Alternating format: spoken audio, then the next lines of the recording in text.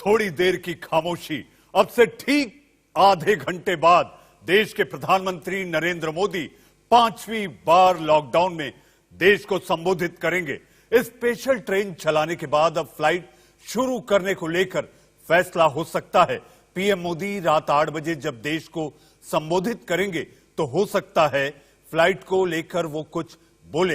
हालांकि India news को कुछ एक्सक्लूसिव वीडियो मिले हैं जिसमें एयरपोर्ट पर साफ सफाई और सैनिटाइजेशन का काम चल रहा है। क्या ये संकेत है कि कुछ दिनों में हवाई सफर की शुरुआत होने जा रही है?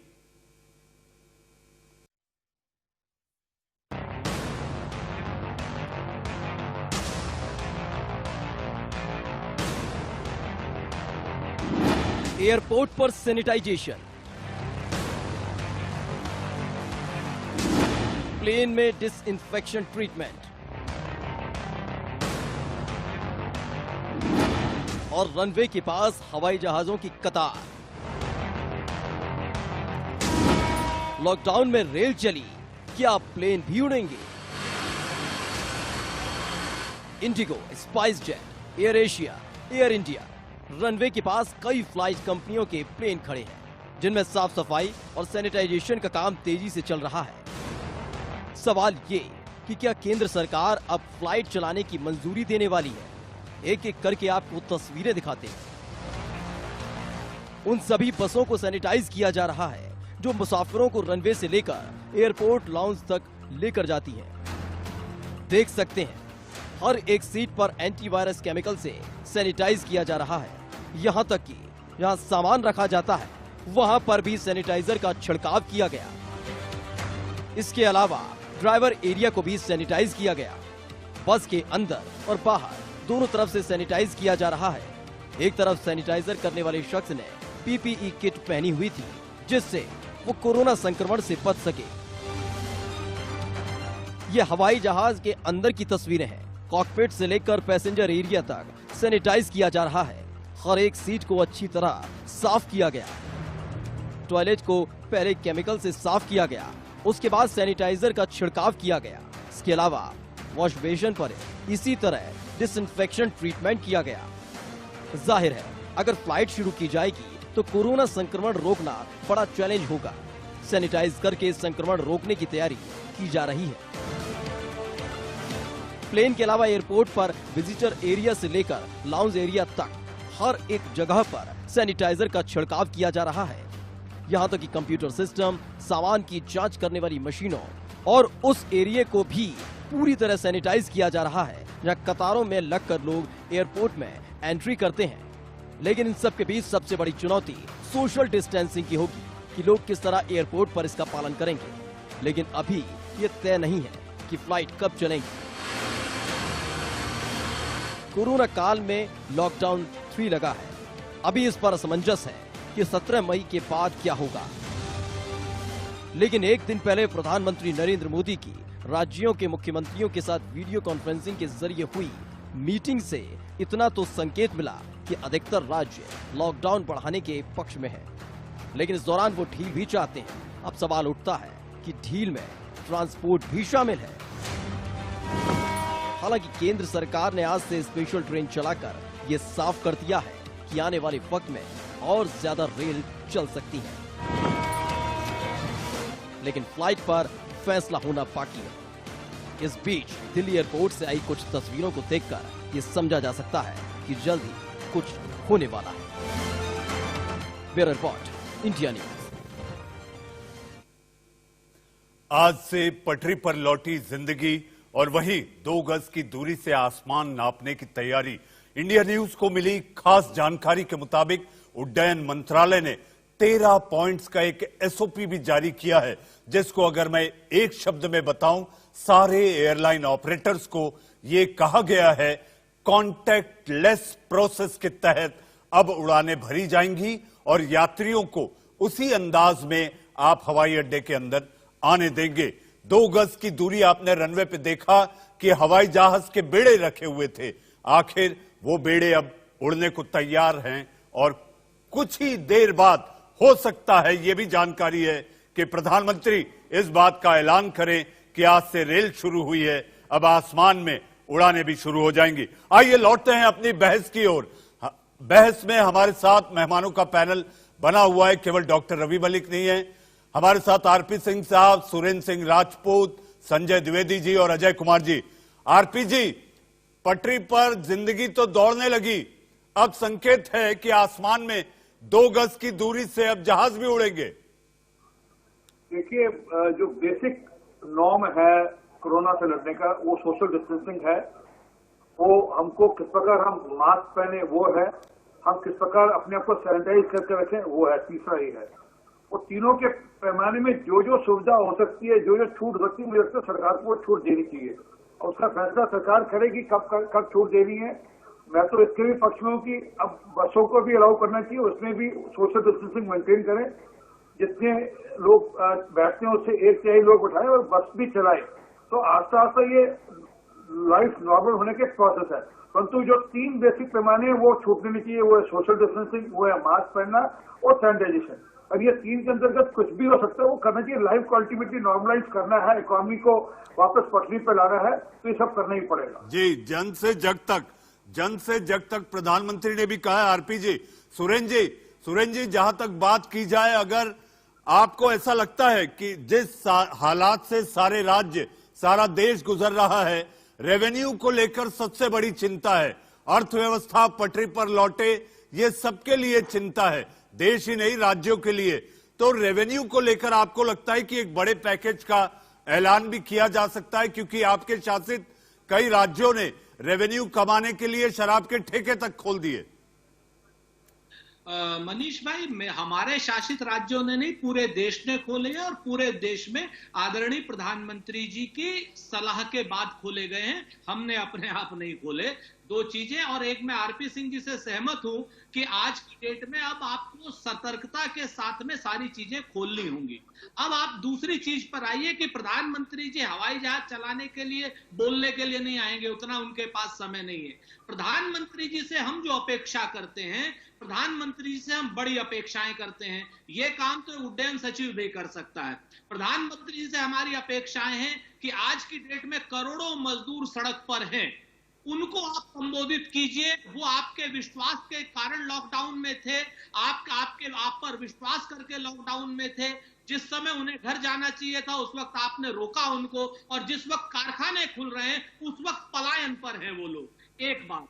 दूसरी बात, उद्योग परेशानी में है, बड़े उद्योग परेशानी में है, मध्यम उद्योग परेशानी में है, लघु उद्योग परेशानी में है, हमारे मजदूर परेशानी में है और हमारे किसान परेशानी में। उन्हें कैश का एक बड़ा पैकेज चाहिए, सबको अलग अलग रूप में। किसानों को अलग चाहिए, मजदूरों को अलग चाहिए। इनको मासिक रूप से आप पैसा आपको देना पड़ेगा, चाहे 7,500 रुपए दे, चाहे 10,000 रुपए दे, चाहे आप कितना भी दे, लेकिन देना पड़ेगा आपको।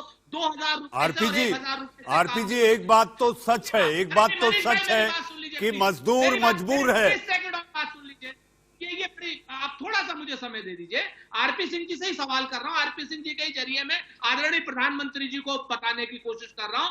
बड़े नेता हैं, राष्ट्रीय सचिव में बता देंगे प्रधानमंत्री जी।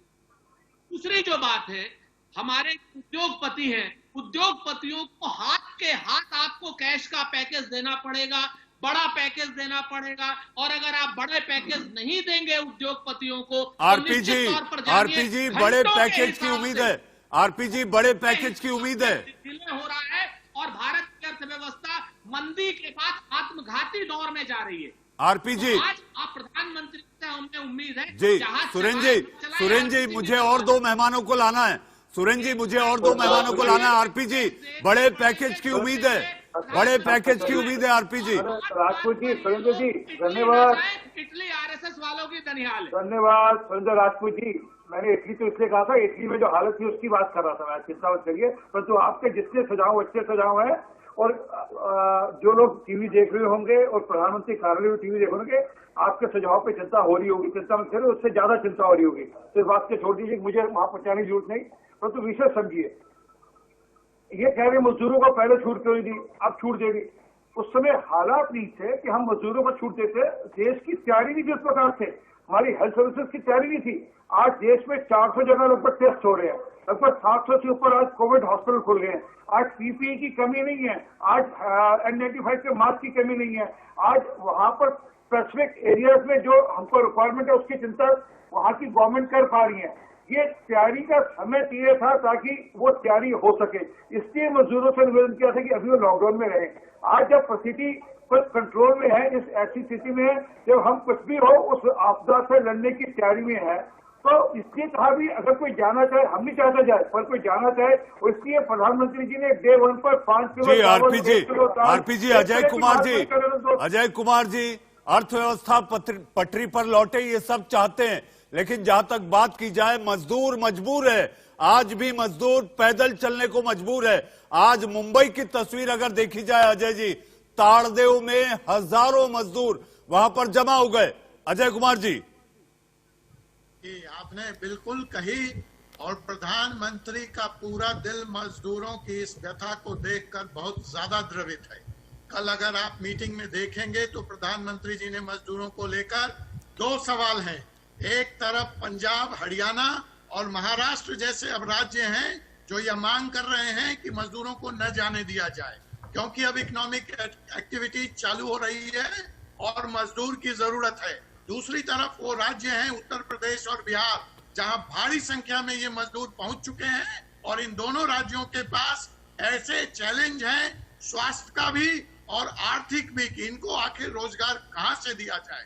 ऐसी हालत में तीसरा विश्व की तरफ से वो अवसर भारत की तरफ नजर लगाए देख रहा है, जो चाइना से अब अपनी फैक्ट्री लगाना चाहता है। इसमें राज्य को आगे आना होगा और अपनी मजदूर नीतियों को ठीक करना होगा। अजय जी, राज्यों को सामने आने के लिए देश में 1 विंडो सिस्टम भी होना चाहिए।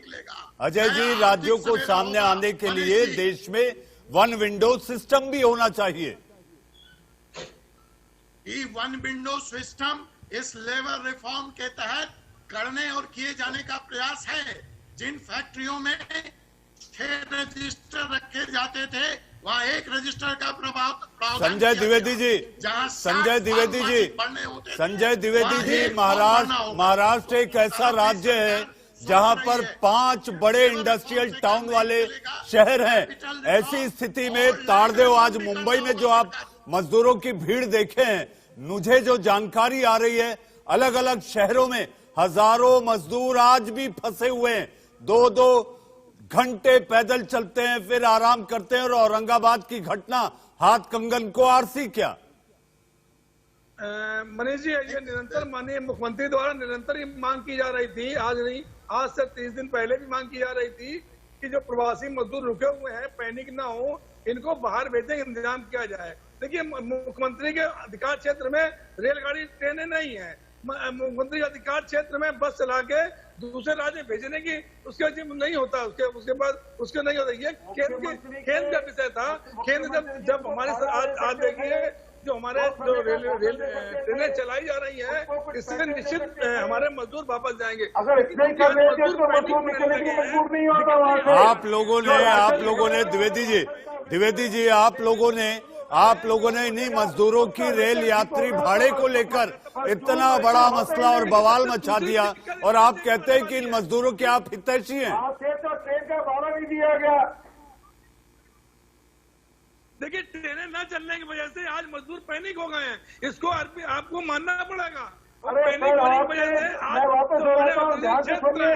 जो प्रधानमंत्री जी ने 80 से 90% मजदूरों पर डिपेंड रहती है। अगर ये मजदूर वापस होकर चले गए तो शायद ये लौट। द्विवेदी जी, मेरे पास समय कम है। आरपी सिंह जी, अगर आप मेरी आवाज सुन पा रहे हैं, आरपी जी, आप अगर मेरी आवाज सुन पा रहे हैं, आरपी जी, मेरी आवाज अगर आप सुन पा रहे हैं, तो क्या ये भी हो सकता है कि लॉकडाउन का फैसला राज्यों के हवाले कर दिया जाए? देखिए, ये ऐसी आपदा है जो देशव्यापी आपदा है। मैं इस बारे में नहीं कह सकता कि प्रधानमंत्री क्या फैसला करेंगे या सब मुख्यमंत्रियों की क्या राय होगी। परंतु ये देशव्यापी आपदा है, ये नहीं है कि किसी एक प्रदेश में है। एक सिक्किम को छोड़कर बाकी सब प्रदेशों में ये आपदा ने छुआ है। तो इसका फैसला देशव्यापी ही होगा, पूरा देश मिलकर तय करेगा। हाँ, उसमें कहाँ का कितनी छूट मिलनी है वो थोड़ा मुझे लगता है राज्यों को मिल जाएगा, परंतु मामला पूरा देश को एक साथ सोचना पड़ेगा। इस मामले में ये नहीं सोचा कि एक प्रदेश के हम तो पूरी छूट दे रहे, दूसरे प्रदेश के हम छूट नहीं दे रहे।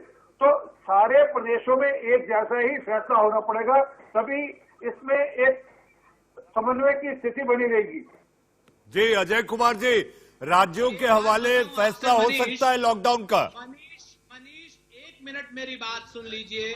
देखिए, बिल्कुल राष्ट्रीय स्तर पर बात होगी, लेकिन केंद्रीकृत व्यवस्था नहीं हो सकती। मैं आरपी सिंह जी से असहमत हूं। इस समय जो लॉकडाउन का फैसला होना चाहिए राज्यों के हाथ में होना चाहिए, और राज्यों के ही नहीं बल्कि जिलों के डीएम के हाथ में होना चाहिए। इतना लोकलाइज फैसला होना चाहिए। सच्चाई ये है कि अगर लखनऊ जिले में 2 मोहल्ले वहाँ के एसडीएम काम करे नहीं कर रहा, उसकी जानकारी पूरी नजर रखी हुई है कि किस एरिया में कहाँ पर कौन सा एसडीएम कितना काम कर रहा है, कौन सा राज्य सरकार कहाँ काम कर रही है, वो हम देख रहे हैं। और ये भी देख रहे हैं किस प्रकार राजनीति की जगह छूट दी जा रही है, किस प्रकार किस प्रकार आपको एक राज्यों के मुख्यमंत्रियों को आपको ताकत देनी होगी, आपको पैसा देना होगा, राज्यों के मुख्यमंत्रियों को आपको निर्णय लेने का अधिकार देना होगा। जी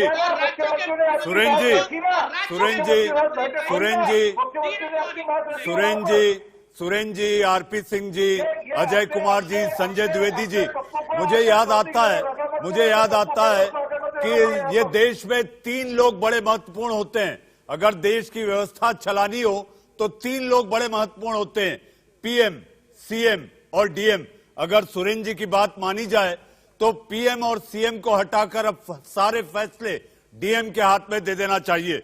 देश का सवाल में आप लोग जुड़े, आप सभी का बहुत बहुत धन्यवाद। ठीक 12 मिनट बाद, यानी कि ठीक 12 मिनट बाद इंतजार रहेगा प्रधानमंत्री नरेंद्र मोदी के देश के संबोधन का। जी हां, जिसमें आपको और हमको लॉकडाउन की बंदिशों से मुक्ति मिलेगी, पाबंदियों से मुक्ति मिलेगी, या फिर नियम शिथिल किए जाएंगे। अब वक्त है एक छोटे से ब्रेक का। ब्रेक के उस पार देश के प्रधानमंत्री नरेंद्र मोदी देश को संबोधित करेंगे। मेरा आपसे आग्रह है, आंख कान खोल के जरूर एक एक बातें समझिए और जानिएगा। एक छोटे से ब्रेक के बाद।